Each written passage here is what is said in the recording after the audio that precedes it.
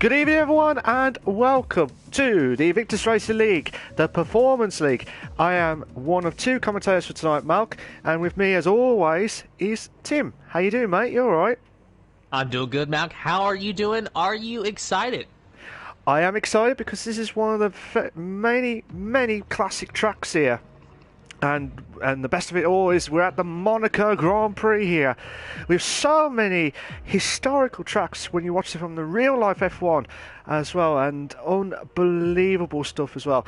From what I saw with Monaco is crucially, obviously tonight there's no qualifying, but it'll be the reverse grid of the Abu Dhabi results from last week, only with a few drivers that are just replaced just for this race tonight as well, so we'll get that to in a moment or two. But with Monaco, you have to get a good start there because there's not much overtaking as such.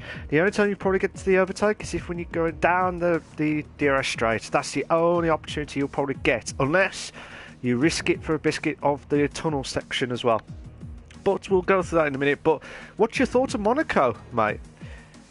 Personally, I have unorthodox and unpopular opinions on Monaco when it comes to actually racing there in real life. However, when it comes to Invictus, I've noticed that the races are so much more exciting and there's actually something going on. So when it comes to actually commentating a Monaco race here with Invictus, I'm very excited. If we were talking about the real-life Monaco Grand Prix, my tune might actually change a little bit. But I have taken a few laps around this course before, and by taking a few laps, I mean that I took a lap, hit the wall, got mad, and quit. So I am sure that we're going to see a lot of that today because it is Monaco. It's a tight little track, so a lot of damaged front wings. Absolutely, and it's like really awkward times as well, especially if you don't want to spin out at the crucial points as well. You have to get the right setup at the right time as well, and with Monaco, it's one of those... If you get damaged front wing or damaged at any point of your car, you're absolutely gone, pretty much. You're absolutely gone as well. And it's going to be tough, especially for the drivers. If you get ahead, I can't remember the results for this one, as in like for the starting grid, shall we say. But we're about to kick off anyway. But with that, you need to get a good start. And if you don't, you will massively... It will be a massive disadvantage here as well. Good evening to Maggot. How you doing, mate? You all right? Hope you're going well. It's this evening, guys. So, I hope you enjoy the Performance League LAN exclusive as well. And to the rest of the crew here who are watching it, please make sure you like and subscribe to the Invictus Racing League channel for all the live races here as well. And I tell you what, I can't wait for it because it depends on if it's going to be a wet race or do you think it's going to be a dry race. We'll have to find out in a moment or two. But from your point of view here, Tim, as a neutral spectator and a commentator, what do you reckon the conditions will be before we start?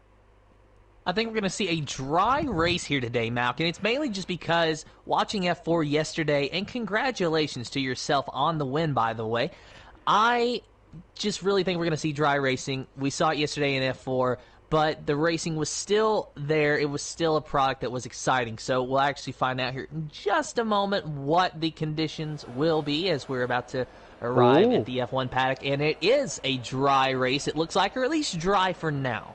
Absolutely. And thank you for that. To be fair, though, Maggot had as he is joined in the chat, he's absolutely quick around here, and he was like a second quicker than me, but because of that incident, well, not incident, sorry, he had spun at turn 1.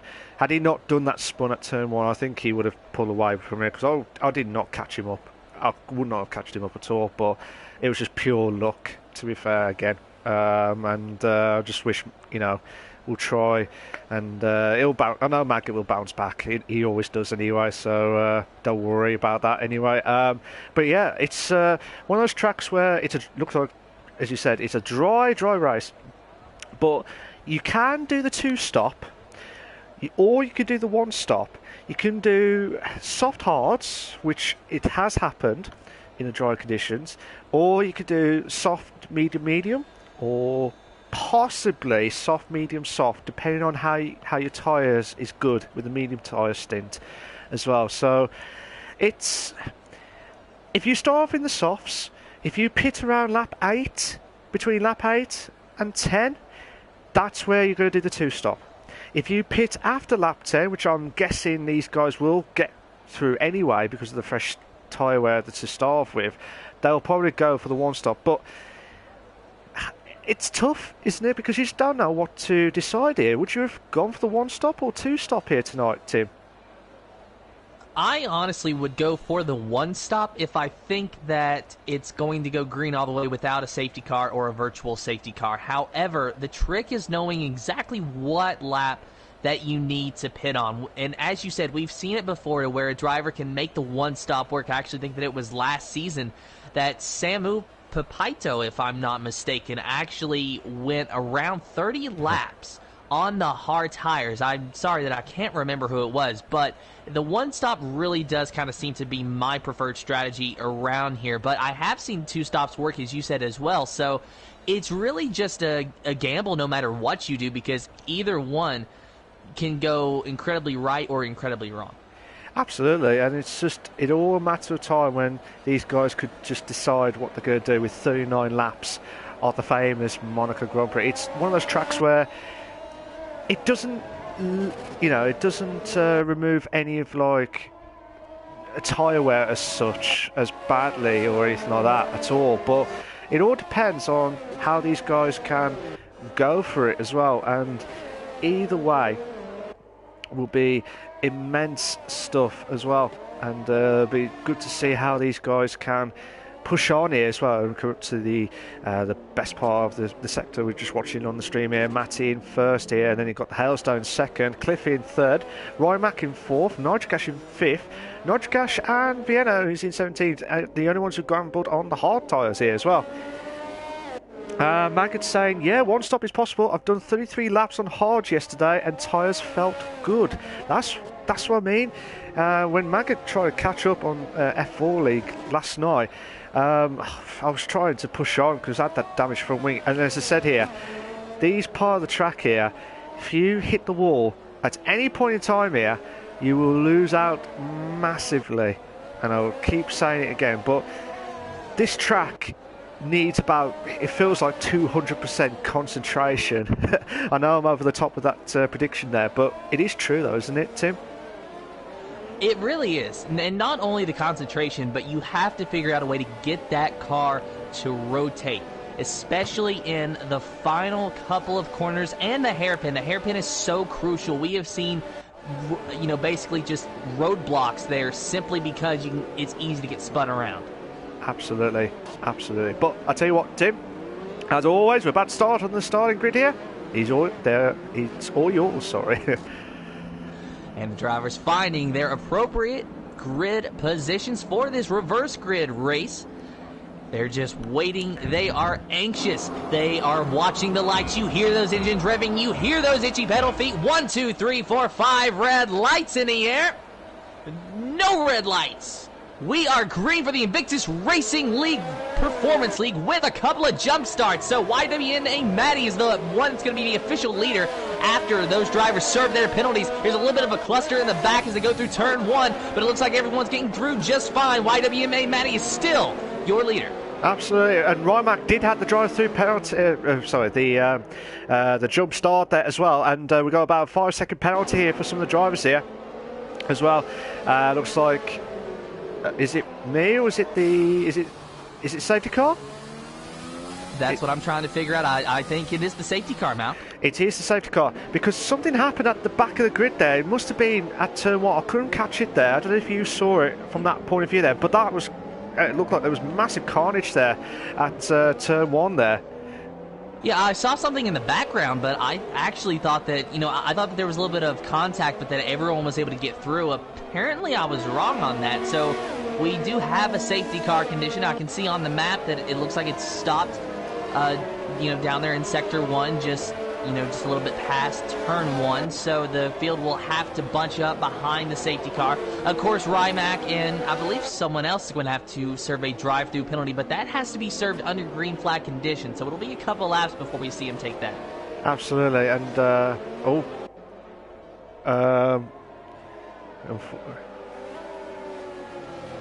Okay, so just try and find out what's happened here as well from everyone's point of view. But hopefully, if you got any more info on that one, Tim, but it looks like some of the drivers are leaving the session here as well.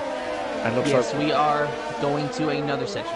We're going to another session. So I believe there was, I don't know if the drivers just joined in late or there's some issues with there, but we will be back properly here. So this is not technically the proper start. Right, like I said, Rymac and Matty, I bet you they are absolutely chuffed that is a restart now. Don't you agree? Yeah, and honestly, I'm almost wondering if part of their jump starts was part of the problem, because I've never really seen anyone take a jump start in the Invictus Racing League since I've been commentating, so I feel like there might have been some kind of strange problem that occurred there to actually make that happen. I could be incredibly wrong, and they just got very lucky. But nonetheless, it really did just seem like there was a problem there at the start. So probably best that we do restart this thing before we actually get deep into the race. Absolutely. And we're just about to wait for the second lobby to kick off. If you just joined, don't worry, we are going to start it again. And I tell you what, would you have loved to have seen a qualifying scenario at Monaco? That's a good question, actually, for your team. Would you have liked to have seen a qualifying scenario at Monaco? Would you have had it at Abu Dhabi last week? Honestly, I'm not necessarily saying that I want to see the qualifying at Abu Dhabi so much as I'm liking the idea of a reverse grid here at Monaco. Okay, fair dues to that. But like I said, at Invictus Racing League, if you just joined and you're not sure how the Performance League works, we've got the option to so for every ultra races, so it's 1, 3, 5, 7, 9 and race 11, there will be the full qualifying scenario for Q1, Q2 and Q3. For races 2, 4, 6, 8 and 10 and 12, I've nearly got that wrong then, we will have the reverse grids of the odd races from the previous races as well. So because we're in round 6, we'll have the reverse grid and no qualifying scenarios here as well. Bye. So I'll tell you what, we'll just try and get the lobby back in, and we're about to kick off in a moment or two. Yeah, we're about to kick off in a moment or two now. So here we go. We're just waiting for all the drivers to get back them into the cars itself. And I tell you what, we need to watch that turn 1 scenario. We'll try to catch it as much as possible there. But from your point of view, there, Tim, it's tough to make the overtakes as you have to do the overtakes as best as you can. If you don't, you easily hit the car and obviously hit the wall massively. Yeah, it's very tempting for a driver to go for an overtake right out of the gate into turn 1 because it's so hard to pass around Monaco, and that's probably one of the very few opportunities that you're actually going to have to pass throughout the course of the race, much less in turn 1. However, I do sometimes question the idea of trying to pass in turn 1 because of what you said. It does cause a lot of carnage. It can easily end someone's race or your own race. So I think that it might pay off to be just a little bit more patient through turn 1 instead of just wanting to make as many passes as possible, because it's going to be hard to get around, because it's definitely going to be hard for you to pass drivers if your car is not working. Absolutely. And like I said, it can try and do the dive bomb moments, but you just want to try and aim it perfectly. If you don't, obviously, as we saw from the back of the grid there, it looked like there was some carnage there as well. So it's going to be tough, and if you don't master it at Monaco, and it feels like Azerbaijan, the Baku Grand Prix as well, that's tough as well, especially at the castle section as well, which everyone does not like. I don't like it, but people love it. Look at it when they go through there and try and ease through that moment there as well. And okay, so you're right, Stephen, how you doing? He says that we've had a bit of the weather crew, so because of the restart, we're going to have a dry race as we originally saw, so be clear clear as daylight, as there. And Niels Boss says some people, their light went out before other people. Okay, so it was technically a weird issue as well there, Tim. So we need to watch that because it's going to be a bit of an unfair advantage. That's probably why we saw the 2 jump starts from Matty and Rymac there, Tim. Yeah, and see, I thought that it looked a little bit suspicious because that's just not something that you see from anybody. I've not seen a jump start since I've been commentating, and I guess I technically didn't see it that time because there was just a glitch that caused that. So, you know, that explains what happened with Rymac and I believe a second driver as well. And, you know, it caught Matty by surprise, I'm sure, because he was sitting there on the grid and all of a sudden 2 drivers just shoot by him. So it was the best thing to do to restart this race. It's going to take a little bit of time to get the grid, you know, set back to where it needs to be before we can get back in there and start the race. But it was the right decision to do because, you know, sometimes you just can't help it and those things happen. Absolutely, it's just obviously it's out of our control, but also obviously in that scenario there, it's be good. Obviously, they are some of the drivers who did get the jump start. They'll be absolutely lucky they don't have to go in the pits to do their penalties after the safety car incident at turn 1. If you just joined, ladies and gentlemen, good evening to you all. We did had a race kind of started, but there was some technical issues, so we will be back up for the proper race now. And luckily there's no full qualifying scenario. We're going straight to the race from the reverse grid. But from everyone's point of view here, Tim, and from your experience of watching the drivers there as well, it's who's the drivers that you expect to do well here tonight, especially from what you saw in the previous season, that's Monaco here? Honestly, that is going to be a difficult one. I feel like Ryback is going to do pretty well. He's a driver that always has pace, and he's starting close to the front. Matty's another driver that I think is going to do all right. He's, of course, starting on the pole in this reverse grid race, but everyone else that are behind him, there's some fast drivers behind them, but I'm just not sure if they're actually going to be able to work their way up to the front because of how difficult it is to pass at Monaco. So I think that we're going to see a lot of differing pit strategies to compensate for that to try to get those drivers up toward the front. So it's a very difficult question for me simply because it's Monaco with a reverse grid race. It's a complete toss-up, it feels like sometimes. Absolutely. I didn't mean to put you under a lot of pressure there, mate. I promise you that, honestly. But it was just wanted to hear your thoughts of, like, your experience at Monaco and the drivers that we've had so far from 5 rounds here for the Performance League as well. And do you want to give us a bit of an update of the tables while we're waiting for the grid to start? Yeah, so last week, of course, it was Abu Dhabi, and Moreno, who is our points leader, did not have the best of days, only scoring 14 points, but it was still enough to keep him ahead on this table. He's got 93 points to Cliffy's 79. Cliffy only scored 8 points last week in Abu Dhabi. Of course, Moreno did win a couple weeks ago in China. Cliffy won in Austria, so they both have a win. They both have a second place.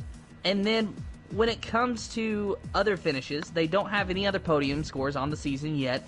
But Moreno's just a little bit more consistent than Cliffy. And that's really been the difference. It's only a 14-point gap. So if Moreno were to DNF out of this race and Cliffy were to win or really even finish on the podium, he could walk away, theoretically, with the points lead after today.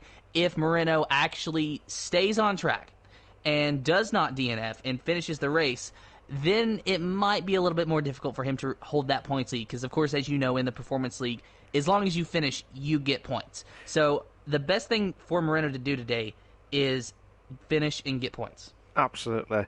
And we're about to start the round 6 of the Monaco Grand Prix. And I tell you what, me and Tim and everyone else watching here tonight, we're going to be in for a fantastic roller coaster ride here. That's what we'd love to see here. If you like watching the video here, would you like to subscribe to Invictus Racing League? for all the live races here as well. Not only we're on the Thursday nights here, we've also got the Monday nights with the F1 League with Gareth and Sab. It feels like the Premier League, the top flight division there with the fastest drivers there is on the Monday nights at 8 p.m. And make sure you tune in on that. Tuesday nights, you got Harry as well. I think it's Scott as well that joins on the F2 League as well, so they do a good job as well. Not only on the Mondays and Tuesdays, we've also got the Wednesday nights with Rymac and Jakob for F3 and Jake for F4. I nearly lost the words there, but yeah, they do the good jobs there for respectful there as well for the PS4 leagues as well as for the Performance League on Thursday nights. Not only we got the PS4 leagues, we got the Xbox League live exclusive on the Twitch channels as well on the Sundays and Tuesday nights. For Sundays, the F1 at 9:30 and F2 for Tuesday nights at 8 p.m. as well. Not only that, for the first time ever at Invictus Racing League, we have got the PC League, which is live exclusive on the Wednesday nights at 8 p.m. as well. So action-packed racing here. Not only that, I'll tell you what, not only that, we also got the social media side of the Facebook, Twitter and Instagram as well. So make sure you like, follow and subscribe. It'll be a massive, massive help here to Invictus Racing League as well. Not only that, the best thing of all is that we have got the site up for invictusracingleague.com. If you like the racing and enjoy it, from all the leagues that you've been watching, why don't you register, sign up, and apply to race form? Go to the apply to race form, sign in it, and then one of the admins will get in contact with you. And hopefully, if you are successful, you'll be one of the reserves in any of the leagues that you may want to participate in. Could be joining in the following week here as well. So, but after this race here, there will be a week break. So let's hope we have a cracker here, Tim. So, are you excited for round 6 of Monaco? I am excited. Let's see if we can get this one underway. Of course, as always, formation lap comes first. The grid the exact same as it was beforehand. Of course, with Maddie on pole, the Hellstone second, Cliffy in third, your top 3. So what are your top 3 predictions for tonight now? Oh, that's a tough one actually, because obviously it could help Cliffy. It could help Rymac here if they can keep their car on tact here, but it all depends. Obviously, Hailstone's quick. On his day, he can be very quick. I don't know. This is going to be massively tough because it's kind of like a horse racing. You could have an outsider that could get into the podium and could win it. You just never know what to expect. I'll tell you what, in no particular order, Cliffy, Nigel, and for some strange reason, I'm going to say Moreno as well. That's just my top 3. How about you, before we get to the starting grid? I'm going to go with Maddie, Cliffy, and Rymac, but I will say, if Scopefitter were to get on the podium, I would not be surprised as well. I just feel like it's going to be a little bit of a big task for him with starting in 7th, but he is on the soft tire, so he might be able to gain a little bit there on the start, which could help him out. Absolutely, but it all depends on how it goes. But with the tables there, Moreno in first, Cliffy in second, and then Scopefield in third there. So if Scope can get a good start here against Moreno and try and get ahead of Cliffy, it'll be a massive, massive boost here as well. So for the proper time here for the starting grid here, Tim, it's all yours. Let's see if we can get this one underway. We had a little bit of a practice start earlier. This one's the real thing. The drivers finding their appropriate grid positions, watching the lights, and they are anxious and ready to go. And there you hear those engines revving. You hear those itchy pedal feet. The drivers watching the lights. 1, 2, 3, 4, 5 red lights in the air. No red lights. We are green for the Invictus Racing League Performance League Monaco Grand Prix. Maddie leading him down into turn number 1. A little bit of of two wide situations in the back there between a Haas car. Looks like Scopefielder and Scott Bugner are involved, but no contact. They're making it through turn one very cleanly. Riding on board with Scott Bugner, he is in a big mess. Almost contact with Moreno. It is contact with Moreno, but nothing, no harm, no foul now. Still side by side with Moreno as they going down into turn number 4. And then there's contact, and now no. Scott Bugner is in the wall, and so is Moreno. Is that Moreno? That is Moreno, not Scott Bugner. Moreno in the wall. Major wing damage on the AlphaTauri. Yeah, that was absolutely mad stuff there for Moreno there. So it just damaged the midsection there. You do not want to do that to the Drivers' Championship leader here. You do not want to do that at all. And I tell you what, this is going to be absolutely manic stuff here, ladies and gentlemen. With Matty trying to push it away from the Hailstone there. So try and get a great start there from the leader of the race here, with Matty in first, Hailstone second, and Cliffy in third, just holding on with those mean tyres there as well. But tell you what here, Tim, it's better than the first start of the race here. Restart perfectly, no jump starts as we saw there, Tim. Yeah, it's A-OK all around. YDB Matty, of course, hitting the fastest lap for the first lap. And I'm just going to say, I don't know if you saw it, Mal. Out of that final corner, Matty got very loose. Looks like he got onto the power just a little bit too soon. The back end came around. He hung on to it. But there for just a brief moment, it looked a little bit treacherous for Matty. Yeah, it looked like it for a bit there, but just have to wait and see if you can try and keep that car going, especially on the softs there. As well as you have to try and do everything you can here as well. Just watching as Scott Butler try closing on O'Stephen there, who was 2/10 behind him just a few moments ago there, but in the Haas car there, and O'Stephen's really struggling with those medium tyres here, so we could have too wide. We could have a too wide here through the tunnel section. Has he gone past? He has! What a move! Oh no! Oh, a bit of contact there. There's a bit of contact there between Scott and O'Stephen there, and it looks like Nightshades and O'Stephen have a bit of contact there, Tim.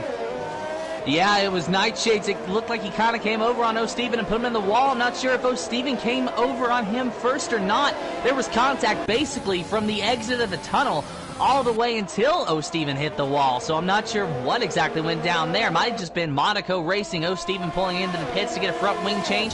So we'll see how he can do at the end of the race, going on the hard tires to try to make it to the end if possible. Looking back and looking for some battles here, it looks like Nitro Gas is starting to close in on Rimac for the 4th position, so it's Red Bull versus Williams here. Rimac, actually, I'm very surprised to see him as he has a big lockup through that corner as they approach the hairpin. I'm surprised to see him actually in 4th, and I figured he'd be a little bit further ahead. However, it is Monaco, as I've said.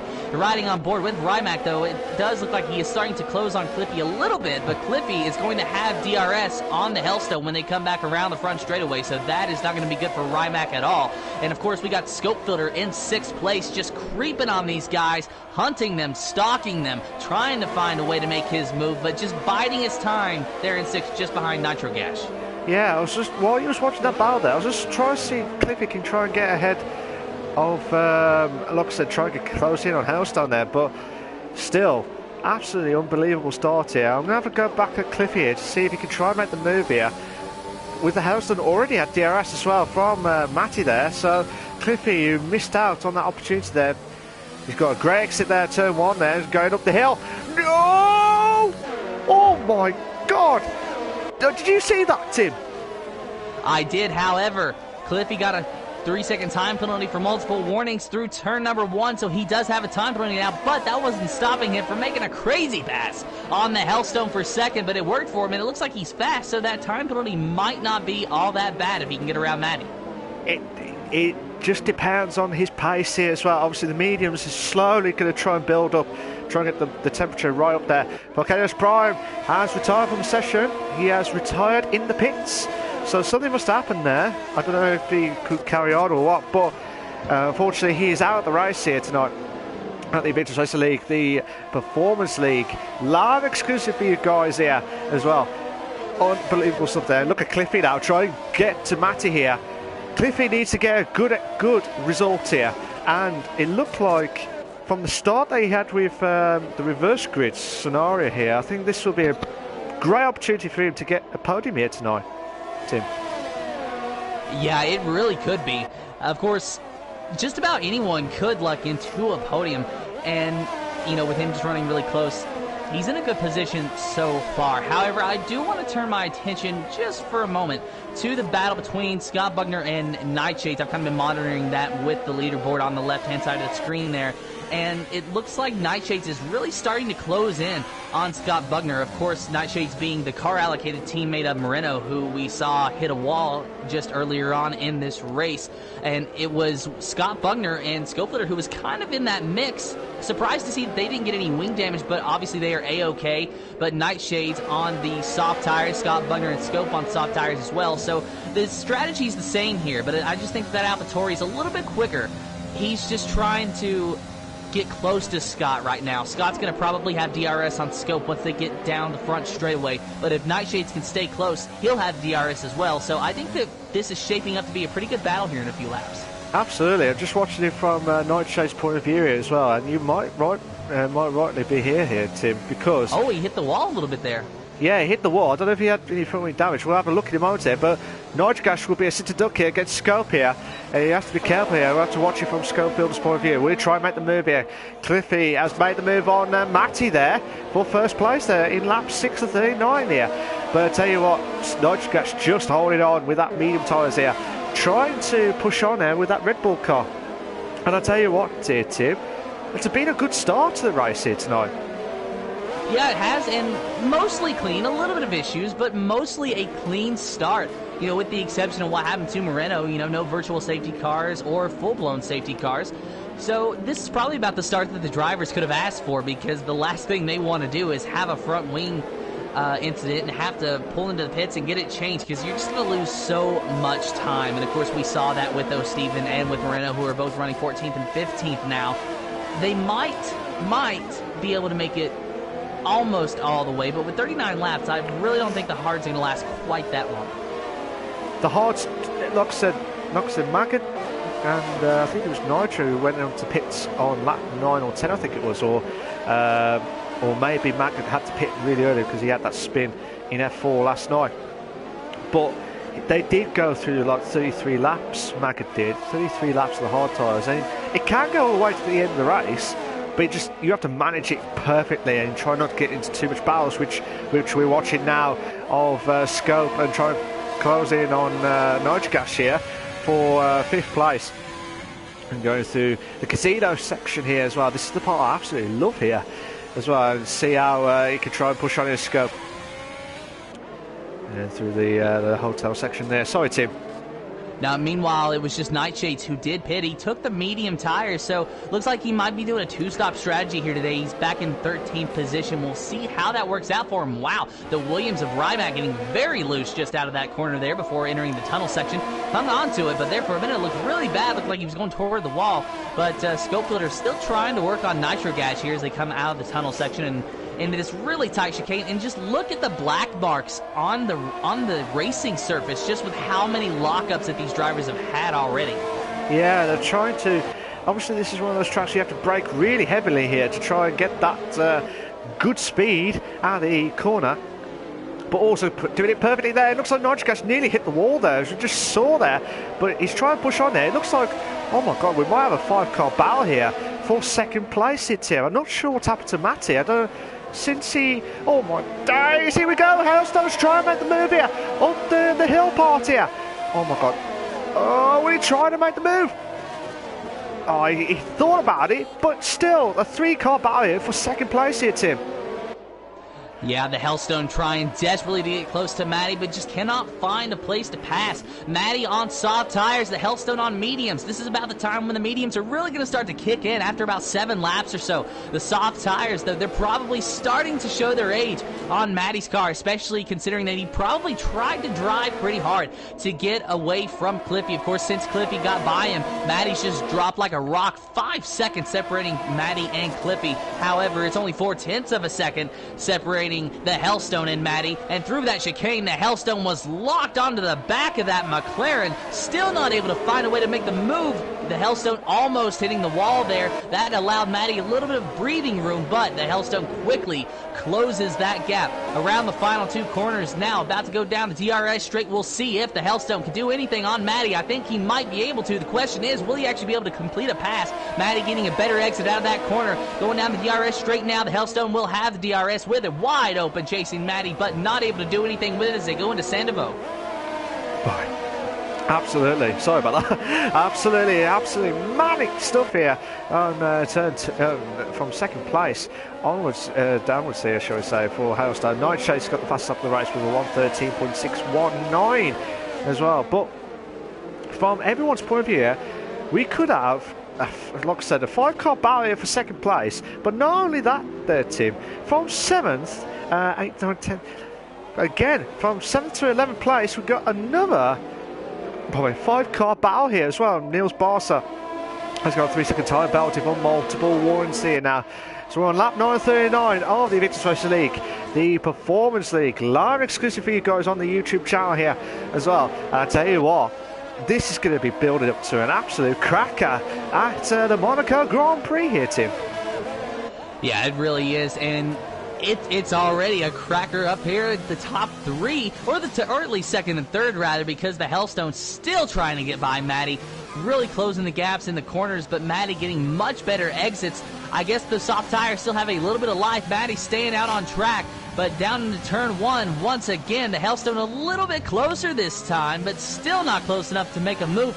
We need that straightaway like 100 or 200 feet longer, honestly. That might be able to set up some passes that way, but as it is now, it's just so hard for the drivers to find a way around. Absolutely. It looks like, I don't know if you saw that, Tim, but it looked like Matty hit the wall earlier on. I don't know if he had any front wing damage. I can't see that. Scott Butler's got the fastest up the race now with a 1:13.3. So 13.386, sorry, I do apologise. But I tell you what, Matty's holding on for dear life here, and the Hailstone's basically trying to push him. He's trying to push him to get past him as much as possible. And I know he hasn't actually, but it looked like he was trying to push the McLaren car as quickly as possible, because the gap's getting bigger here between first and second place here, Tim. Yeah, it really is, and this is the Hellstone's chance, or almost was. He thought about going on the inside, thought better of it. Honestly, I think he might have been able to get that pass done, but he knows his car better than I do. Maybe it would not have stuck around that corner, and he got a bad corner through that chicane. That's actually given Matty a good amount of breathing room, but it almost lost the Hellstone a position, but he gains second place now because Matty's diving down to the pits, decided that he's had enough, so that moves Hellstone into second, Nitro Gash into third, who almost got around the Hellstone when he had a bad chicane, but now Nitro Gash is starting to drop away from the Hellstone. So now that he's got a little bit of clean air, the Hellstone is able to really pull away. We're getting a nice indication of what his pace is today. Absolutely, and it'd be good to see how, like I said, from Nitro Gash's point of view, to try and push on to the Hellstone and to Cliffy. But with Hellstone in the Renault and Cliffy in the Williams, obviously you would think the Renault would slowly try and catch up to the Williams car of Cliffy, but Cliffy's doing a magnificent job here at the Monaco Grand Prix at the moment here, but obviously with a 13.3 second gap. I think that's a comfortable start to the race here as well. And I tell you what, is there any action you've got so far there, Tim? Looks like Vienna starting to close in on Sab for 6th place. They just got out of the tunnel section through that little chicane right next to the waterfront now. And Sab is actually pulling away a little bit that time, but Vienna using the slipstream to stay relevant to Sab. Sab, of course, in his own little battle, or mental battle, I assume, chasing Roy Boy just ahead of him.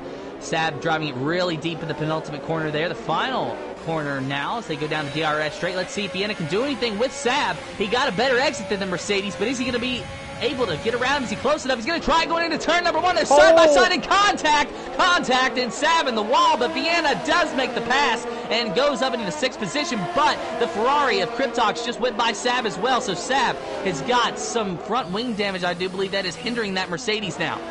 I'm just trying to have a look from this point of view here. I'm trying to have a look to see if he has got any front wing damage. It doesn't look like he's got any front wing damage there, Tim. So Sab's very lucky, to be fair.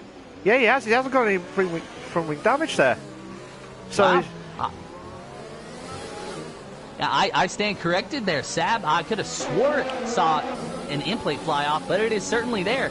Nonetheless, car probably not handling all the best right out of the gate. He's a little bit stunned. However, in 8th position, he's starting to regain his composure. He can mount a charge to get back by Cryptox if he's got the pace. Cryptox, of course, trying to mount a charge toward Vienna. Vienna's the driver that I want to take a look at because there was contact, of course, with him and Sab. Surprised to see that there's no wing damage there at all, but he almost got some wing damage because he kind of clipped the wall out of that chicane there. Yeah, he did, to be fair, but still. The battle here for Roy Boy, trying to close in on Scope here for 4th place here. What can he do? Can he try and make the move? No. He tried to, Roy Boy thought about what Vienna tried to do on Sab there, but to be fair though, Vienna should have waited because the gap was not there, to be fair. What was your thoughts of that move there from Vienna? Honestly, I think that the gap was there, and Sab might have crowded Vienna just a little bit.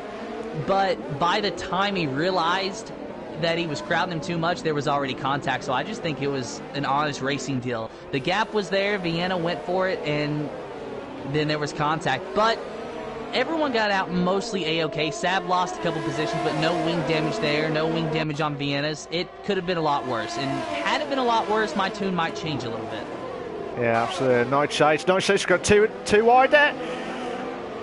Nightshade's trying to make the move on Sab there, and both drivers were. Roy Boy going around Scope Builder now. Scope Builder, he's under power. Not sure what happened. He just absolutely lost something. He's lost the left end plate on his front wing, but Roy Boy doesn't have a right side end plate on his front wings. Something is definitely wrong with Scope Builder, though. 12 laps on the soft tires, that'll do it. He's pulling into the pits now, so that will explain what happened to Scope. So he's going to pit maybe for a fresh set of softs or a fresh set of mediums. That does move Roy Boy up into 4th for now. So the top 7 drivers started on the mediums now. Absolutely, and like I said, I was just watching that battle between Nightshade and Sab while you was watching that battle there with Roy Boy. But do you, like I said, from that point of view there, what can you do at Monaco? Because obviously Monaco is one of those classic tracks where a great overview, but there's not much, you can't do much overtakes unless you really gamble through like the tunnel section or maybe through the DRS. But when you try and get out of that exit of the DRS, you can't do anything about it. We've got yellow flags on Sector 2, Sector 3. It looked like it was from, possibly from O'Stephen, I think. I think it was O'Stephen. Oh yeah, it was O'Stephen, I think, because he was trying to let Cliffy through there as well. But with a gap there of 15.6 seconds between first and second, it's going to be tough. It's going to be tough for these drivers here tonight, for Cliffy and Hailstone. As long as Cliffy can try and get a good gap between himself and Hailstone to get a free pit stop, that'll be a good night's work at the moment without any safety cars or virtual safety cars here, Tim. Yeah, and that's probably the best thing for the drivers, honestly, is not to have a virtual safety car. Or, well, the best thing for Cliffy, rather. How is that? Not a safety car and not a virtual safety car. A virtual would not be too bad for him. A safety car, though, would bunch up the field and seriously hinder his chances at retaining that magnificent and incredibly big 16-second lead that he has right now. But with it being in Monaco, that's always a possibility. We did see a VSC yesterday in the F4 race. So far, we have not seen one today, and we're almost halfway through the race, so we might be all right here, but we'll have to just wait and see. Currently, though, I'm watching Nitro Gash, monitoring the battle between him and the Hellstone. Nitro Gash, a couple laps ago, was really starting to close in on that Renault ahead of him, but now it's starting to really kind of increase the gap a little bit more. The Hellstone looks like he's gained a little bit more pace, or maybe Nitro Gash is just backing off a little bit. He has ERS, so he's not really trying to save any curve system. And he's going to have the DRS when he gets down the straightaway here, but he's not going to be close enough to really do anything with the Hellstone whatsoever, so the DRS is just barely keeping him relevant at this point. Absolutely, but Vienna has gone into the pits now. 14 laps of the mediums there, so interesting stuff there from him, but he's going to go on the hards, so he's going to go all the way to the end on the hard tyres here. But for the guys who have already pitted, like I said, with Rymac, and Rymac's just gone past Nightshades. No, Nightshade's just gone gone ahead of Rymac here, but the battle between Nitro Crash and the House though, still watching live exclusive for you guys here at the Monaco Grand Prix for the Invictus Racing League. What's going to happen here from the top, second and third place battle here as well? It's going to be unbelievable stuff here. We've got from 8th to 11th of Rymac, Matty, Scott and Jamie Ryan, who have, it's good to see him back in the PS4. He was racing the PC League as well. It's good to see him back in the PS4. Top bloke, as always. Like I said, dear team. Oh, Sab's retired. And we have a safety car. Sab retired in the chicane right after the tunnel section. Did you see what happened there, Tim? No, I'm not sure if he's damaged. I feel like he is with his car to just be stopped there like that. I feel like he does have a little bit of damage on that car that resulted in a DNF. I'm trying to take a look at it, but I just can't get a good look. The right side looks okay, but I cannot see the left side. I have to wait and see. I'm just watching everyone going to the pits here as well. And tell you what here, Cliffy just missed out on the pits entry there as well. So for the guys who are just coming out of the pits now, Jamie is just not going to the pits with 5 laps already on the softs. Gambled on to get ahead of the crew here in the top 3 here as well. But Cliffy's gap here as well was from like 16 seconds to 35.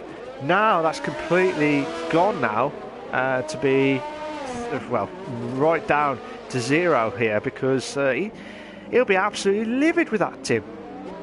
Yeah, but he does have a free pit stop, and that's more than he had before. So if I were Cliffy, I'd kind of be thinking my Lucky Stars or my Guardian Angel or whatever it is that he has that's given him some luck, because with that 35-second gap, he will be able to get back out on track in the lead because of the lower pace that the drivers are running right now. So we'll see what tires Cliffy decides to take since he is going down the pit lane. It looks like it might be the hard tires, if I'm not mistaken. Yes, it is. So Cliffy going to be going all the way. However, I am wondering if YWMA Matty and Jamie Ryan have enough pace to kind of get around him once it goes back green, or if he's going to be able to hold him off, because it's Monaco. As we've said, it's so hard to pass here, but at the same time, the hard tires are at such a disadvantage time-wise to fresh mediums and fresh softs. Jamie Ryan, of course, semi-fresh softs and semi-fresh mediums for Matty. Everyone else behind him almost has fresh tires, and it looks like most of them have went for fresh mediums. Absolutely. It looks like some of them went for the hard tyre as well. Yeah, some of them went for the hard tyres as well as the mediums as well. So if they've already done it earlier on with the soft mediums, fair play to them, but it's going to be tough for the guys who just pit it for the mediums unless they can go all the way to the end with 22 laps of the mediums. It could be possible as long as they don't have any much battle galore here as well. Let's have a quick glance at the position changes here. So the biggest movers is Jerry Ryan with 14 positions already from 17th to 3rd at the moment. Fantastic stuff from him. Cryptox from 16th all the way to 6th as well, and the flying German there as well. Fantastic stuff from him as well. Roy Boy in 3rd place with 5 moves as well, from 14th to 9th as well. So Tim, from the safety car at Monaco, surely the pressure with everyone coming back to the cars and back to with the group here as well, what do you think is going to happen here with Cliffy's mind here now? I really don't know. He's probably thinking about getting the best start possible, and other than that, just hoping that the drivers behind him doesn't have fresher tires that's going to swallow him at the start. However, I don't think he's really going to have to worry about that, because the longer we run here, the more laps are going to go on those tires, and that's going to give him more time to really get heat in those hard tires. And of course, as you know, besides needing the tires at the optimal temperature, once you get them run in for a few laps, they really start to come alive. Now, I don't think that a safety car period is really going to run them in sufficient enough to have them come alive, but it will help just a little bit. So Cliffy, of course, is trying to keep heat in those tires and waiting for the safety car to pull in. It might be this lap. We'll have to wait and see. Of course, Matty probably going to be a man on a mission and ready to pounce as soon as Cliffy takes the start. So we'll have to just wait and see what happens. It's going to be very interesting, and if the safety car comes in this lap, we'll have about 20 laps to go. But yeah, it's going to be under pressure moments there with Cliffy on the hards. Matty on kind of fresh mediums, would you say? Not kind of fresh, but he's already on like 8 laps on the mediums already. So, and you could do like up to probably about 15 to 17 laps. Let me just double check on the stats as well. From the stats of the tyre wear pressures as well. Safety car's in this lap here. Just a reminder, safety car is in this lap. The statistics say the softs can last about 13 laps. Sorry, the mediums can last about 30 laps fresh as well. And then obviously the hards can last the entire race. So, but it all depends on how they can do it as well. Let's see what happens here now. It looks like Cliffy's had a great start there as well here, Tim. And he's just pulled away from Matty there. Oh, Jamie's just had a bit of a moment there from the back end of the car there as well. So this will now bring Nitrogash back into play here for fourth place here, Tim. Yeah, Cliffy with an amazing start there. So Nitrogash in 4th place trying to chase down Jamie Ryan in that Ferrari. Cliffy's lead already a 1.5 second gap over YNWA Matty. So very impressive from him, to say the least. And to say the most, just absolutely amazing. Cliffy was able to get such a great exit out of that final corner and really get the advantage down the straightaway. But Nitrogash having a little bit of trouble catching Jamie Ryan. Of course, through the hairpin, he couldn't really close the gap as much as I feel like maybe he'd want to, and he's really just taking it gingerly as they're entering the tunnel section. Already the gap has increased to 1.1 seconds, so something is either wrong with Nitrogash or he's just trying to bide his time and be very patient. Well, to be fair, Jamie is on the softs, so he's got a better traction, better exits at each of the faster corners there. So obviously the hards are going to slowly building up the tyre wear as well. But like I said, I'm just looking from Nitrogash's car there. His wings are not gone at all here, Tim. Yellow flag set to 3. Yellow flag set to 3. Okay, so I'm not sure exactly what happened there, but everyone's all okay well here. But from Nitrogash's point of view, we've got 1, 2, 3. Could be about 9 car battle here for 4th place here, Tim. 9 car battle here. Unbelievable. Yellow flag set to 1. Yellow flag set to 1? No. As soon as it pops up, we don't know where it's coming from there as well. Unbelievable stuff there. We're on the Invictus Racing League, the Performance League, live exclusive at the Monaco Grand Prix here. With myself, Malc and Tim. Live exclusive for you guys here. And I'll tell you what, we've got the safety car. We just had the safety car here, and we brought a lot of action there. It looks like Nightshades. Nightshades trying to make the move here on Cryptox here, Tim. Yeah, it looks like he's trying to anyway as they go through the tunnel. Riding on board with Nightshades. Let's see what he's going to do. I don't think he's going to be close enough to even try to make a move. Yeah, it's not going to work this time, but he does close the gap a little bit through the chicane. Gets right up on the back of that Ferrari. Cryptox trying to hold him off, but I'm sure he feels like a sitting duck anyway, and actually hitting the wall a little bit is the Ferrari of Cryptox, so that's not going to be good for him. That gets Nightshades even closer, but when they get to that chicane, Nightshades has to back out, or unless he wants to get into the back of Cryptox. Of course he doesn't want to do that. Nightshades pulling into the pits now for some reason, so not sure what happened there unless he's got some front wing damage, but he does not, so that's a weird call by Nightshades indeed, so that's going to give Cryptox a nice little bit of breathing room as he tries to chase down the Hellstone. Oh, sorry about that, Tim. We got Vienna. Vienna's trying to make the move. Too wide there. Vienna's made the move. He's made the move. It's still too wide. It's still too wide. Coming to the casino section here. And I'll tell you what, Vienna nearly lost it out. Crash. But they're still going. There's absolute carnage there after the first sector. And a safety car. And another safety car here. Did you see that, Tim? Because if you're not, I'll try and explain what happened there from everyone's point of view. I was on board with Scott. You saw it from Scott's point of view there, Tim? Yeah. Now, I'm not exactly sure if Scott came over or if Vienna came over, but I know they made some contact. Vienna was in the wall, and then it was just really a bad position because, then they were just along for a ride, and they both kind of wound up in the wall at the end of the hill there. So that's what brought out the safety car, of course, blocking the racing line. Unfortunate for both Vienna and Scott looks like he's got even more trouble because his wing is so badly damaged that he can barely make the corners even at safety car speed. Absolutely, and Jamie's just going to the pits now. He should be going for the medium tyres, you would think, anyway, or could go on gambling on the softs, but Well, he could try and go for it for the softs again, but he looks like he is going for the softs. So, could we see Jamie try and get into the top 6? That would be a good question to ask for Tim in a bit. But Sab says, another night, another disappointment. My season now is just a joke. Look, Sab, you will bounce back. I promise you that. You will bounce back. Don't you worry, mate. Block said, I'm sure you'll bounce back in 2 weeks' time in round 7 as well. And tell you what, Tim, as I was saying about Jamie Ryan going on the soft tyres here, and you can go up to like 17 laps or maybe more depending on your tyre wear, better off. Do you think he'll do well to get into the top 7? Top 6, would you say? He might be able to. I think that at this point, though, the soft tires are not the best tire to go on. Because when we go back racing, it's going to be about 14 laps to go. And the longest stint that we've seen on the soft tires today was scope filler, and that was 12. 12 laps on the softs, but obviously he was trying, I don't know whether he was trying to do the 2-stop originally to do the undercut part scenario, because obviously, as I said earlier with the tyre wear scenarios, you can do the 2-stop.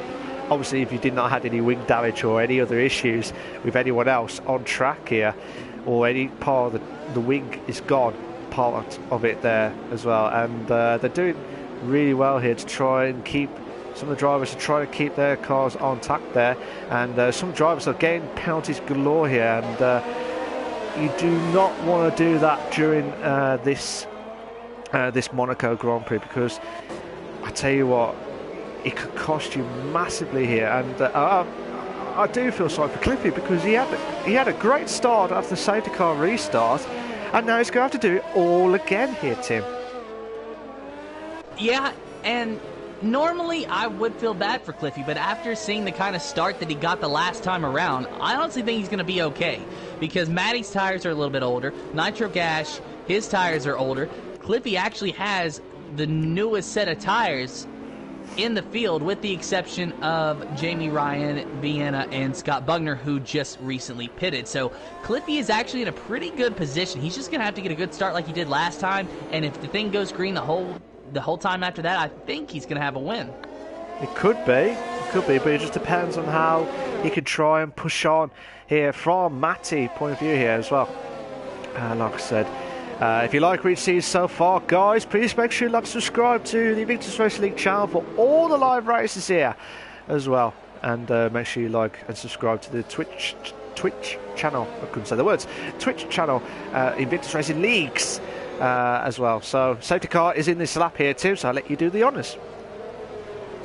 And here we go, perhaps for the final time. We'll get this race restarted. Cliffy on first, YNWA Matty second, third Nitro Gash, fourth Hellstone, fifth Cryptox, your top 5 there.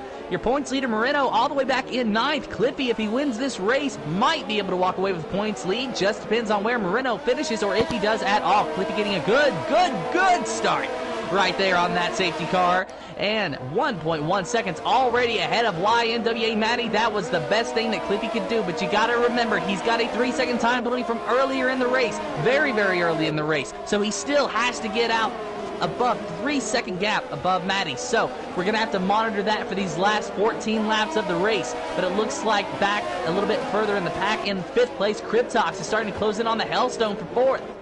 Yeah, it looks at the Ferrari driver here trying to push on here on the Hellstone, but still, as I said earlier, penalties is going to damage limitations here as well.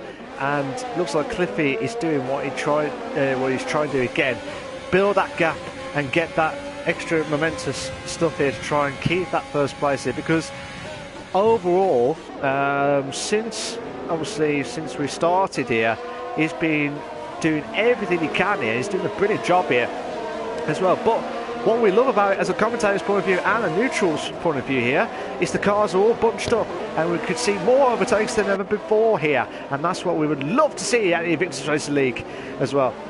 And I'll tell you what, Tim, who are you watching so far?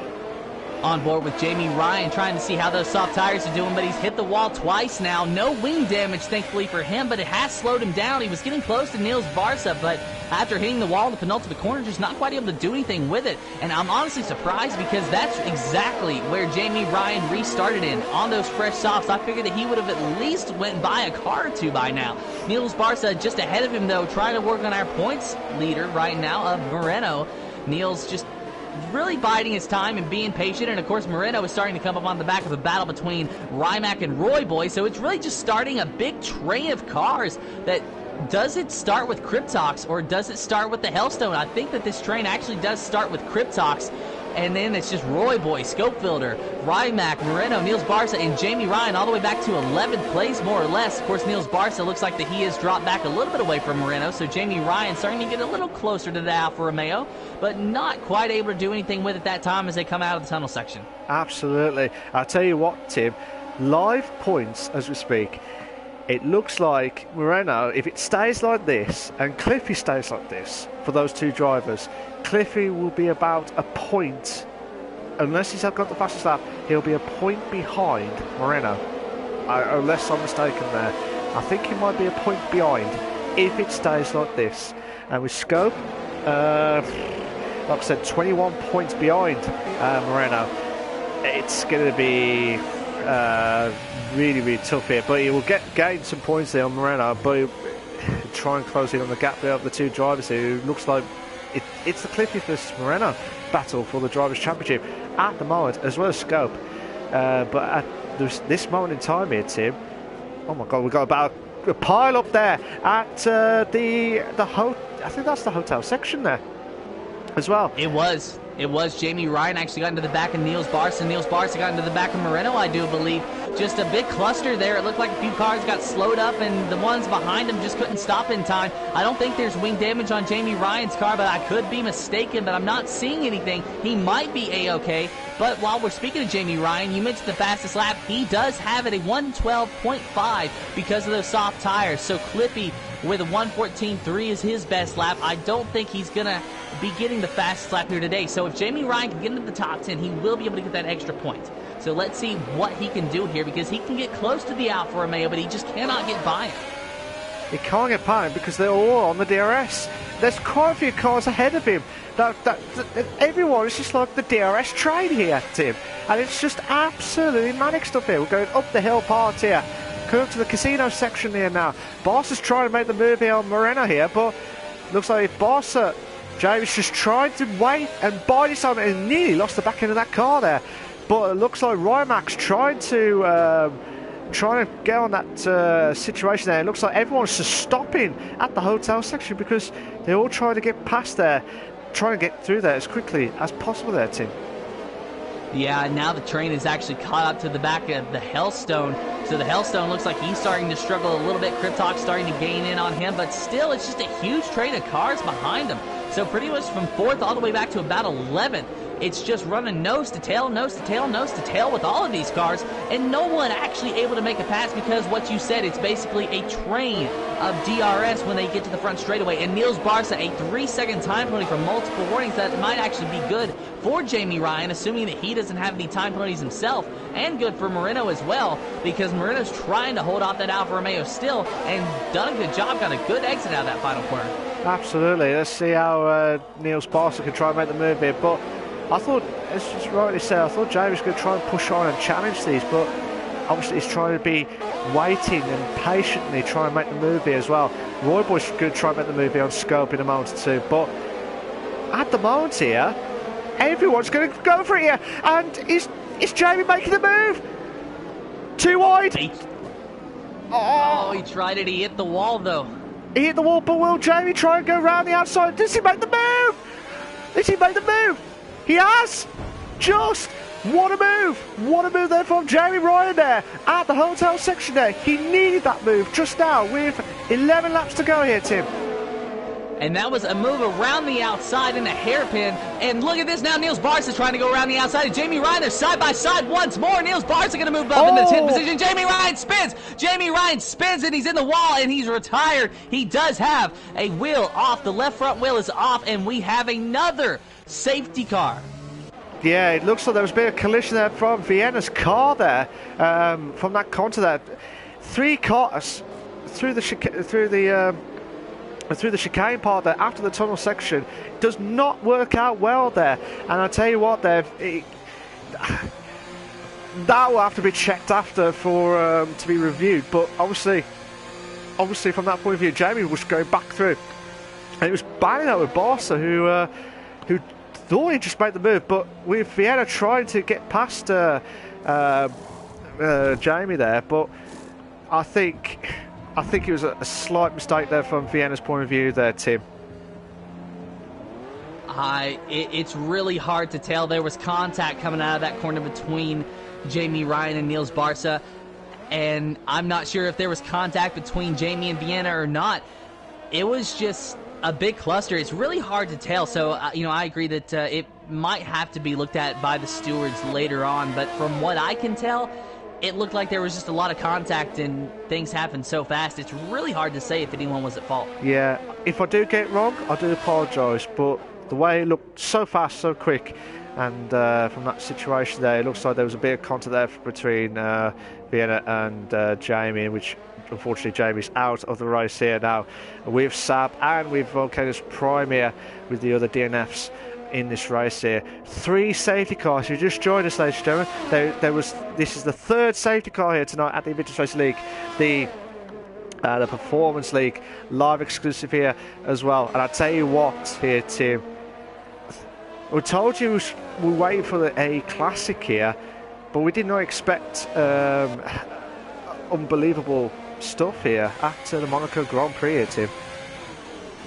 That we did not. And one thing that I'm going to point out, and I don't know if he lost it after the safety car came out or if he lost it just before, but Matty is all the way down in 10th place now. He's changed to the soft tires. No one else has really done that ahead of him. So that puts Cliffy still in first, of course, with Nitro Gash now in second. So Nitro Gash, all of a sudden, he goes from battling just to stay on the final spot of the podium to a potentially looking at a win if he can really take it to Cliffy on the restart.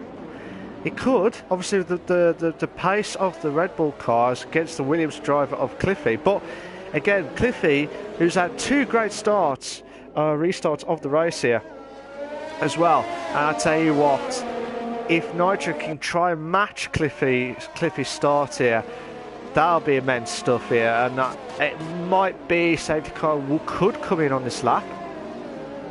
It could come in on this lap, but we'll find out in a moment soon after the second sector into the 3rd, passing the swimming pool section as well. And tell you what here, with 9 laps to go, yes, safety car's in this lap.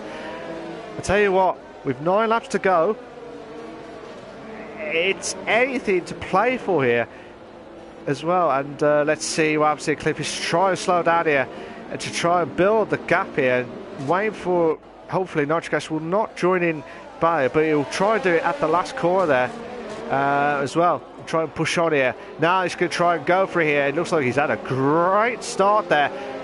Actually, he might have just done the same time as Cliffy there. Just enough to try and catch up to him now. So it's the Red Bull versus the Williams here for the first place here, Tim. That it is. Let's see what'll happen here. I'm going to ride on board with Nitro Gas. He's actually starting to gain on Cliffy that time around as they're approaching the casino section now. Let's see what he can do. This has been the biggest challenge that Cliffy has had all day, and it's come at the end of the race, arguably the worst time. And the lockup from Cliffy allows Nitro Gas to get even closer around the hairpin now. Let's see who gets out better. Nitro Gas going very wide, but actually getting a somewhat decent exit. I thought he was going into the wall, but he hung on to it. Approaching the tunnel section now, Cliffy is starting to pull away. I think he's going to be A-OK up there in first position, but let's see what happens when they get back to the front stretch. Nitro Gas will have DRS and Cliffy will have none. That could be Nitro Gas's one and only shot. It could be the one and only shot here to try and make the move here as well. It looked like Roy Boy tried to make the move on Schofield through the hotel section there as well. So just need that momentous move there as well. So at the moment here, Cliffy's in the lead in first. Nitro Gas is in second place there. Hailstone is in the Cryptox is in 4th. Roy Boy is in 5th. Schofield is in 6th. Roy Mack is in 7th. Moreno is in 8th. Niels Barta is in 9th. Matty is in 10th. Nightshades is 11th. Scott Bugner is in 12th. Vienna 13th, and O'Stephen in 14th place with Jamie Ryan, Sab, and Volcanus Prime. Volcanus Prime, I do pronounce it wrong. They've all had the DNFs during this race here. Tim. Currently watching Scope Builder. He's in P6 right now, trying to chase down Roy Boy in the 5th position. A lockup behind him, though, was the Williams of Rimac. So Rimac trying to chase down this Haas machine of Scope Builder and get around him. Behind Rimac is Moreno. It's basically another train starting to form here as they go around the hairpin and now through the tunnel section now. So Moreno just trying to really bide his time and gain points, and I think he's going to be A-okay and even be able to hang on to the points lead if he finishes in 8th place. We'll, of course, have to wait and see when the tables are updated, but Cliffy in 1st. He is 2nd in the point standings. Moreno in 8th. He is 1st in the point standings coming into this race. And so far, he's done a good job of hanging on to it. He had a little bit of an issue earlier on in the race to where he hit the wall and brought out, I believe, a safety car. I don't actually remember, but Moreno, he pitted for hard tires, and of course, with the safety car periods that we've had, has been able to work his way back up into 8th position, where he seems to be fairly happy to run right now. Absolutely, and Vienna's going to the pits there, and he has retired in the pits there, so I'm not sure exactly what happened there, but there was any contact there between himself and Scott. I do apologise if I got that wrong, but very strange for Vienna to retire on the pits there as well, so we'll have to wait and see what happens there from his point of view. But at the moment here, we could have about 6, 7, 8, 9, I'm lost count there. There's so many cars barreling out here for podium place here, Tim. Yeah, I mean, there really is. It's basically a train of cars from the Hellstone on back to, well, technically, I guess, Scott Bugner, but realistically, I feel like only about 3 or 4 cars back will have a realistic shot of actually getting up there. So maybe the cutoff is around Scope Builder or Rimac. Of course, Moreno, he seems more than content at running in 8th place, so I don't think that he's going to take any unnecessary risks because he knows that there's points on the line. And oh my goodness, Scope Builder is spun! Scope Builder in the Haas, he spun around in the penultimate corner, and he has wing damage now, so he's going to have to pull into the pits and get that fixed, so he dives right down into the pits. That was all on his own. I didn't see that. I saw it on screen there, but I did not know what actually happened there until you said that he spun as well. And just watching Kryptos try to make the move here on Hellstone, watching it from Roy Boy's point of view. Could Roy Boy make 2 moves to get into the podium here tonight? We'll have to wait and see. Come up to the hotel section now. Kryptos trying to push on here from Roy Boy's point of view here as well. And I'll tell you what here, Tim, this is a perfect opportunity here for Roy Boy to get a podium here. But do you think he's got the ability to do it here, Tim?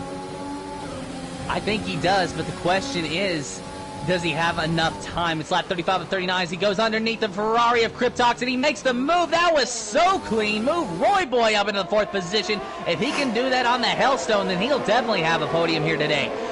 Barring any time penalties, of course. Roy Boy getting a little bit of upset there through that corner, hitting some curves and getting the car a little squirrely, but hanging on to it now. The Hellstone looks like he's taking that corner just A-okay. A perfect line through there. Roy Boy as well, though, and Roy Boy's already up on the back of the Hellstone, and he has DRS. He's going to go around the outside as they go into turn 1, but we'll be able to clear him. No, he does not. There's the limit of contact between the two. Roy Boy getting to the wall a little bit, but they're still side by side. Past Sandoval into turn number 2 and up the uphill section now. Roy Boy has cleared the Hellstone, moving up into 3rd now.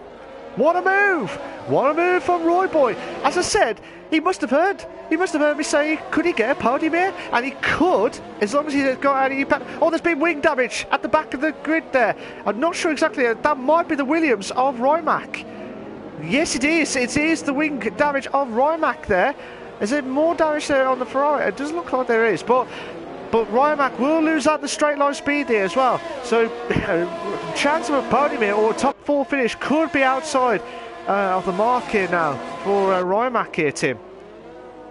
Yeah, and I'd say it pretty much is. I think that maybe only the Hellstone is the only one that can have a shot at Roy Boy, and honestly, I don't even think the Hellstone has a shot at Roy Boy, because once I switch to his onboard, you can barely see the racing point up there. It's already 1.5 seconds. Roy Boy has an absolute rocket ship today, and he has shown it, moving up into third position with amazing moves just a couple laps ago. He just has to hang on for 3 more laps. We got 3 wide. We got 3 wide from between Moreno, Matti and Barca. We're going to have 4 cars. 4-car battle there. Sorry about that, Tim. I do not believe what I just saw there, Tim. 3 wide. And in the midst of it, Moreno moves up into 7th now. Tim, if you saw what I saw, you would have seen unbelievable stuff there. It was just, I think there was a bit of contact there just before the pit entry there. Scopefield's got the fastest of the race now with 1 minute 12 flat there. So fair play to him on that. If he could try and get into the top 10, but with a 26-second gap there, it's going to be very tough here for himself there. But Cryptox could have a chance here on the Hellstone here for 4th place here. But Tim, we finally found the 3 wide situation here at last. This is the last track that I expected it to work on, but it did. And I did actually get a chance to see it. It was amazing, actually, to be honest with you. It was 3 wide, almost 4 wide. Got back down to 2 wide through turn 1. The drivers, of course, here in the Invictus Racing League, they're top class. They did a very good job of hanging on to it. No contact, no one in the wall. They just got by it and they're clean. And now they're running nose to tail. Niels Barca, I'm running on board with him. He thought about diving underneath Moreno anyway. And he hits Moreno, he hits him. And Moreno hangs on to it. Wow. And that was amazing from Moreno to hang on to that. That was just an accident from Niels Barca, from what I could tell. Got into the back of him a little bit. He backed off to let Moreno recover. But now Niels Barca says, "You've recovered? Okay, well, I'm going to try to pass you again," as Rimac locks up big time as they're approaching the hairpin now. Yeah, but Nightshades, don't get me wrong, Nightshades trying to make the move here on Niels Barca for 8th place up the hill section there, just before the casino part there as well. And I tell you what, this is what I love about the Invictus Racing Leagues, because you just never know what to expect back here in the racing itself here. But Barca's trying to make the move on here. He thought to try and make the move, and you could see from all the lockups there, down the straight there, Matty's got a 3-second time penalty for multiple warnings now. So I tell you what here, on the penultimate lap here, could be the final lap here for Cliffy. And it is the final lap here at the Invictus Racing League, the Monaco Grand Prix here for the Performance League here. Unbelievable stuff there as well. And it looks like, oh my God, could we see another 3 wide here? I don't think we will, but we could see Barca try and make the move here on Moreno here. No, Barca's tried everything he could here, but now it looks like Moreno's trying to make the move here on Rimac here with that damaged front wing there, Tim. Yeah, he's trying, but he's going to be able to do it. He thought about it, he was looking underneath, but not able to do anything with it. He's going to try to outbrake him into this corner. No, Rimac runs the middle of the track. So he absolutely kills Moreno's line through there around the hairpin. Let's see what he does. We've seen Jamie Ryan make a move on the outside, but we're not going to see Moreno do the same. Final lap this time. Points lead on the line, as well as a win and a 6th place possibly for Moreno, and that would be valuable points for him. Absolutely. I'll just try to see where Cliffy is on track there. He's coming up 2, which I believe is the pit entry straight here. But here we go. Unbelievable drive there from Cliffy. If he can try and hold on here, let's go back to him now. He's coming back to cross over the line now, and he could cross over the line to win. We'll just wait and see if Nigel Cash can try and bounce back here. He loses out by 3 seconds there. So Cliffy has won the Monaco Grand Prix. Congratulations to him. And the Roy boy is finishing 3rd there. And Cryptox has moved to 4th there. Hellstone did finish in 4th, but he dropped down to 5th because of the penalties there. Rimac was dropped down massively there. Nightshades has got a 5-second unserved time penalty there. And so Moreno will move up to 6th. Rimac in 7th. Nightshades in 8th. Matty in 9th. Barca in 10th. Scope in 11th place. And no Stephen in 12th. Scott, Vienna, Jamie Ryan, Sab and Prime have all had the DNFs during that race there. Unbelievable stuff there, Tim.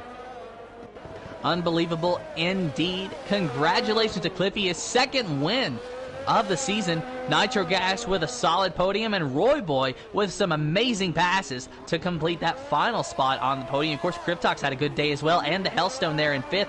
Moreno, I think that is going to help him retain his championship lead. Do you have any information on that, Malc? I believe Moreno will still be ahead will still be ahead of the driver's standings here, but Cliffy would have had massive points to gain on Moreno in this situation here as well. So the game says Roy Boy is the driver of the day. Who's your driver of the day here, Tim?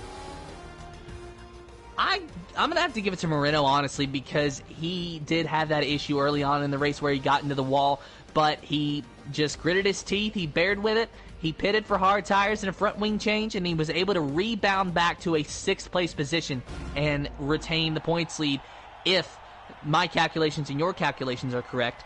So I've got to really give it to him, but Roy Boy, I feel, is also deserving because of those 2 moves that he made to really get on the podium, especially at a track where you normally don't see a lot of passing.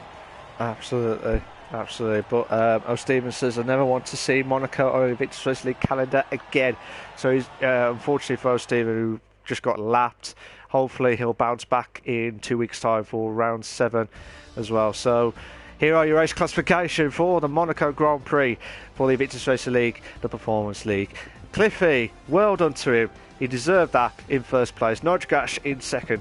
Roy Boy in 3rd place. Bobby. Cryptox in 4th. Hailstone in 5th. Moreno in 6th. Rymac in 7th. Nightshades is in 8th. Matty 9th. Schofield in 10th. Niels Barton 11th. O. Stephen 12th. Scott Buckner, Vienna, Jamie Ryan, Sab, and Vulcanus Prime. They all had the DNFs during that race. And unbelievable stuff. And we even got the 3 wide situation, which we both shocked at Monaco as well. So we're just waiting for Nigel Gash, Cliffy and Roy Boy to join in as well. So let's see what their thoughts of the race there as well. And surely with Nigel Gash getting to the podium here, he would have been absolutely delighted. But we'll get their thoughts in a moment too. Roy Boy has just joined in now, so just waiting for Cliffy. And so they're all in there as well. So before we start, guys, we've got before we start, guys, can you please make sure allow voice to be shared is set to always allow. If you're not sure how to do it, go to the party settings. There's an option called allow voice to be shared. Make sure it's set to always allow. So while the guys are all slowly set and ready to go, I'll be talking to Cliffy, the winner of the Monaco Grand Prix, and I want to hear his thoughts of his mind was set 3 times with the safety car. I would like to hear his thoughts from there as well. Nigel Gash in the podium here again, again in his thoughts as well. But hopefully this is what he should have had in F4 last night. And also with Roy Boy in 3rd place as well with a magnificent drive. I'd like to hear his thoughts of the overtake modes that he has done as well. Guys, are you all set, ready to go? Yep. Nice one. So we'll talk to Cliffy first, then Nigel Gash, and then Roy Boy. You alright, Cliffy? How you doing? Yeah, I'm alright. Alright, I'm going to ask you this now.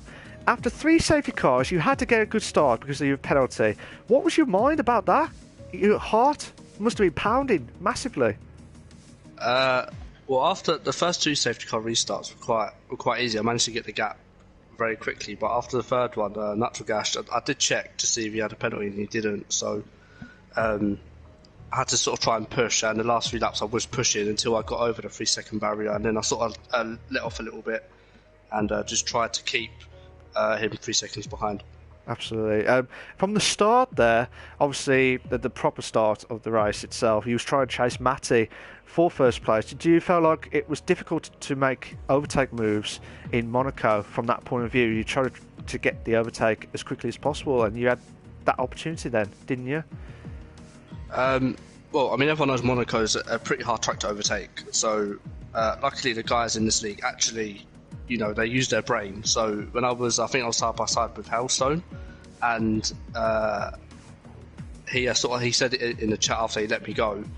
And with Matty, I've just got a really good exit out of the last corner and just sort of dived it down the inside. It was clean. I cut the corner just to sort of give him space, but I didn't really want to end his race as well as mine, so that's why I had to sort of cut the first corner to get the overtake done. That's completely understandable, mate, and obviously respectful driving. Obviously, not to cut the corner, obviously, but just respectful to make sure no one else is going to hit the wall situation there as well. But with the pace that you had with the Williams car, did you feel like did you feel like you had the chance to win here, like you have done tonight? But did you feel like a podium was like the more realistic target here tonight, considering you was chasing Moreno for the Drivers' Championship? I mean, obviously starting third, that's obviously a massive bonus. Obviously Abu Dhabi last week, I didn't have the best race. Just the Williams was just no comparison there. So to start third at Monaco is already a massive plus. So I only had to get past 2 cars. So the main aim was a podium. So so the fact that I even won is a shock. So yeah, I'm just happy I managed to close the gap. I think I'm taking the lead. I'm not too sure yet, but yeah, I'm just glad I've closed the gap. Well, Moreno did finish in 6th place, so the points would have been. I think you will gain a lot of points, but I'm not sure if it's going to be close, because if it was in 9th or 10th, you would have been a point or equal points, I think. But I think he was finishing 6th, so it might be close. It might be close, but we'll find out later on. But for a recap of Canada, I think it's Canada next on round 7, I believe. Let me just double check. So obviously, I think that we got the break next week, and then we got in 2 weeks' time. So what's your thoughts of Canada? It's one of my favourite tracks. So, I mean, I'm time trial. I think I'm top 10 in the world. So I'm fully expecting to get a Williams for the allocations on Sunday or whenever they come out. Expect. I'm not going to say any more with that, Cliffy. I'm not going to say any more. But from that point of view, there, Cliffy, well done for tonight. You did a brilliant job, and your thoughts was just like trying to get that great start against from the 3 restarts of the safety car, and you did very well to get there. And well done for you tonight, mate. You can stay if you want, or you can shoot off. It's up to you. But thank you very much for joining tonight here, Cliffy. Cheers, mate. Nice one. Nigel Gash, how you doing, mate? You all right? Hello, mate. I bet. How did you feel about the race at Monaco here tonight? I'm still concentrating, mate. My eyes have gotten mad. Oh, dear. Oh, dear. That's deja vu all over again on the last couple of laps. I could see Roy Boy coming, and I was thinking, oh, no, here we go again. And I knew Cliffy had a penalty, and then he started going away from me, and I was thinking, just don't even try and keep up with him. Just finish. So, phew. Yeah, I bet it was relief after what happened yesterday in the F4 League. We won't talk about that too much there, Nitro, so I promise you that. No. But you know I said to you about the aliens, me racing the aliens tonight. Yeah, absolutely. From your point of view, Nitro, did you expect it to get the podium here tonight, or did you just try to race as best as you can like you did as well? Oh, no. When I looked at the grids, I was like in the middle of the pack. Wow, top 10, but I was thinking there's not. The first time we went out, I was going to go hards, and then I changed my mind on the second one. But I was just thinking, just try and keep it clean. And I think this is the first time I've ever raced around here and not hit a wall. So that's pretty pleasing, to be honest. Fair play to you on that one, mate. Fair play to you on that. And let's see if you can try and keep that concentration following on in 2 weeks' time at the Canadian Grand Prix. So what's your thoughts of Canada? I mean, actually, before we talk about that, what was your best move at Monaco to get to second place? Really, I really didn't make any moves. I was just being patient. And a couple of people in front of me hit walls and stuff, and I saw them hit the wall, and then it was like I wasn't going to try and make silly moves. I was just going to wait until they realised they had to pit, or I got lucky with the safety car, and it was just really keep it clean, keep it within the limits of what I could do, really, and hang on basically. Fair dues. And like I said, you did well. You kept your concentration levels sky high as well, and you did that brilliantly as well. Well done for second place. But also, what's your thoughts of Canada, quickly? I like Canada. It's one of my favourite tracks. It's up there with like Spa and Silverstone. I'll have to do some practice on it and see what it's like, but I generally go quite good there, so yeah, should be all right. So we see you flying high in the Red Bull car to give you some wings moments. Well, I don't know what I'll have, but we'll see. You'll have to wait and see from now on. But Nitro, if you can stay if you want, you can shoot off, it's up to you. But congratulations on getting second place here tonight, mate. Well done. Cheers, mate. All right, thanks. Nice one. Last one. No, see you later, mate. Take care. Last one is Roy Boy. How you doing, mate? You all right? Yeah, great. Yesterday's race. Right. I'm going to say a bit. I'm sure you're absolutely ecstatic. You've made 2 moves within the last probably about 5 to 8 laps. Would you say, to get the third? Yeah. And a few more laps, and I think I also could have got second place. Where did you think you missed out on the second place scenario? Do you think it was because of the car? What's the word? Sorry.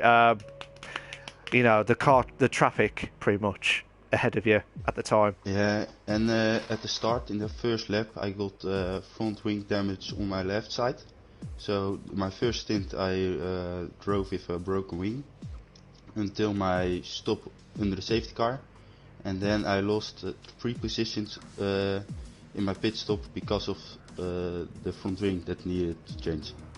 Oh, okay, fair enough from that side there. But you did very well there at. Like I said from tonight, I think your best moves was, you must have heard me on the stream there, because I said said to Tim, would Roy Boy get into the podium here, because you was in 5th place, and then you just made the move into 4th, and then you made another move back into 3rd place there, and I was thinking, could he do it? Could he get second and stuff? But you must have heard me with that, Roy Boy, with that. No, I didn't hear you. Well, you must have heard massively there as well. But surely this is one of your best performances. I know you've won last week. Last week, yeah. Yeah, but surely this will be another one of your best performances tonight at Monaco. Surely after the first lap. Last season I also won Monaco around here in the Performance League. Oh, okay. So that's class. Absolutely class from your side there, Roy. So you're keeping that record going of keeping in the podiums here as well. So well done for that, Roy Boy. Fair play to you for finishing 3rd place as well. But from your point of view of Canada, what's your thoughts and your expectations to do well at Canada in 2 weeks' time? I also like the track, just like the other 2 guys. But I think it's really strict with penalties around there, especially the last chicane. And I think I'm going to get the worse car than the last 2 weeks, because I have a double podium. Ooh, okay, so nervous times on there as well for yourself there, Roy Boy. But we have to wait and see what the car allocation could be from there. But well done for tonight there, Roy Boy. You did a brilliant job to finish off in 3rd place, and wish you all the very best of luck for the remainder of the season there as well. You can stay if you want to, you can shoot off, it's up to you. But thank you very much for joining tonight, mate. Thank you. Nice one. Tim, final thoughts of the race here?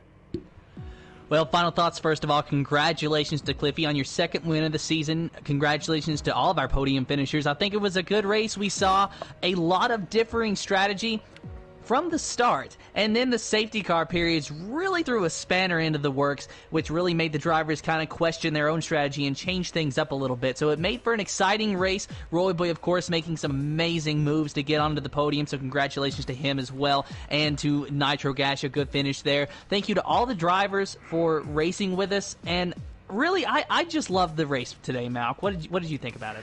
It was absolutely epic, but with 3 safety cars and a 3 in a bed, or three wide, shall we say? You haven't heard that in ages. Those words there as well. But 3 wide at Monaco, you never heard of that before as well, and it's absolutely immense stuff there, and it's been one hell of a ride, one of a roller coaster ride, shall we say. But well done to these guys, well done to those as well. Well done to Cliffy, who just tried to call up to Moreno for the Drivers' Championship as well. So absolutely manic stuff there. Thank you to everyone that's watched the stream here, guys, for the final time. Can you please make sure loud voice to be shared is set to always allow? If you're not sure how to do it, go to the party settings. Sorry, you can tell I'm near the end of it now. A rookie mistake from there. So I tell you what, thank you very much for joining tonight. For the final time, can you please make sure you like and subscribe to the Invictus Racing League channel for all the live races as well. And thank you, Tim, for joining me tonight, as always, with the comms box as well. Thank you, Malc. It was a fun one. I love working with you. It's fun. And, you know, we were at Monaco today. Think we're going to be at Canada next week. Correct me if I'm wrong. So that'll be something interesting. They're expecting Cliffy to do well in the Williams at Canada, but I've also seen some people describe that he's basically in a go-kart. So I kind of like that idea. Cliffy won today in a go-kart. Yeah, but unfortunately, it'll be 2 weeks, Tim, because we will have the break we have the break as well. I have to wait and see as well. Like I say, we have 2 weeks. So next week will be the break, and then in 2 weeks' time we'll be going back to round 7 of the Canadian Grand Prix. This was the Invictus Racing League, the Performance League live exclusive for you guys here with myself, Malc and Tim. We'll see you in 2 weeks' time for the Canadian Grand Prix. Will Cliffy try and finally get back into first place against Moreno, or will Moreno trying to bounce back after a bad start of the Monaco Grand Prix? We'll have to wait and see for that one. Cheers for that, guys. Take care of yourselves. Bye-bye.